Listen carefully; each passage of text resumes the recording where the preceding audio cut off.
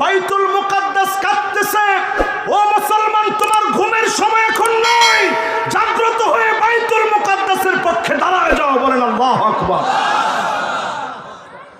আমরা ওমরে ফারুককে দেখি নেই, হযরত আবু বকরকে দেখি নেই, হযরত ওসমানকে দেখি নাই, হযরত আলীকে দেখি নাই, কিন্তু দক্তুর মুরসির মতো সাধারণ এই যুগের একজন মানুষকে দেখেছি।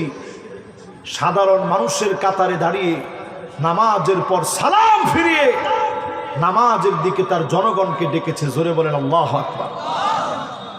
পশ্চিমা বিশ্বের কাছে এটা পছন্দ হয় নাই, জালেমরা তার বিরুদ্ধে দাঁড়িয়েছে, বেশি দিন ক্ষমতা টিকাতে পারে নাই, কিন্তু এই পৃথিবীকে প্রমাণ করে দিয়েছে জালেমের কাছে কখনো মাজলুমের মাথা নত হতে পারে না। মাজলুমের মাথা একমাত্র আল্লাহর সামনে নত হবে, জালেমের সামনে উদ্দিন থাকবে, জুলুমের পর জুলুম করবে, মাজলুমের মাথা তারা নত বানাতে পারবে না। ঠিক কিনা বল? তাহলে কয় নাম্বারটা বলছি ভাই?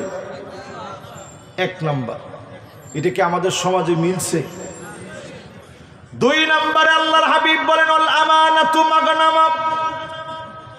এমন সময় আসবে গনিমতের সম্পদের খেয়ানত করা হবে, আমানতদারিতার কথা মানুষ ভুলে যাবে।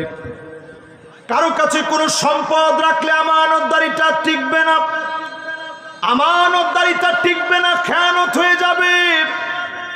রাস্তার ইট যদি রাস্তায় ব্যবহার না করে কারো ঘরের মধ্যে ব্যবহার হয়, পরিষ্কার আমানতের খেয়ানত, মুনাফিকের আলামত প্রকাশ পেয়েছে। ঠিক কিনা বলে? এখন এখানে আপনি যদি হিসাব করেন, চাল ডাল কম্বল আটা পেঁয়াজ রসুন কত রকমের খেয়ানত আছে। এই খেয়ানতের কারণে যিনি আযাব আর গজব দেন তিনি কে? এটা কয় নাম্বার? কয় কারণে আযাব আসে? 15 নম্বরের কয় নাম্বার গেছে? বাকি আছে কয়টা? সবাই আমরা বাকি 13টাও শুনবো ইনশাল্লাহ পড়া।